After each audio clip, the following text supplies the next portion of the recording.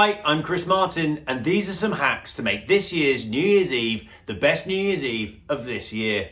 If you want to give yourself that same feeling of spending a lot of money on a New Year's Eve night out, what I like to do is pop onto eBay, spend 80 to 100 quid on a signed photograph of Emilio Estevez, and when it arrives, quickly but carefully set it on fire.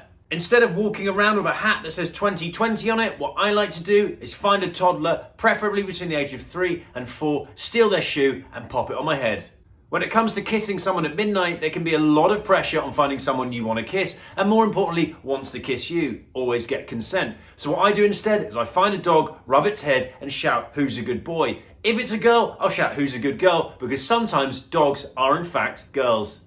When it comes to the midnight countdown, I find it quite tiring to count all the way from 10 to 1. So what I like to do is wait for it to hit midnight and just shout nice and loud, "Shit about to get real!" Sending a text to someone you love at midnight is also quite tricky due to all the texts that are in the air bumping into each other. So what I like to do is jump onto the computer and send a strongly worded email to my local MP. If you want to feel like you're at a party without actually leaving your house, what I like to do is stand in the corner of my living room on my own for about an hour and a half, get bored, then nip to bed.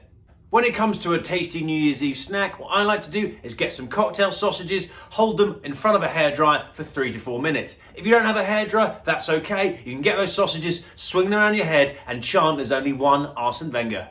If you want to listen to music but don't have the money for a DJ, just ring up your mobile phone provider, ask to get put on hold, then listen to the crap music they make you listen to. Some people think New Year's Eve is the perfect time to tell somebody you love them that you love them. I, on the other hand, think it's the perfect time to jump in the shower and have a lovely wank.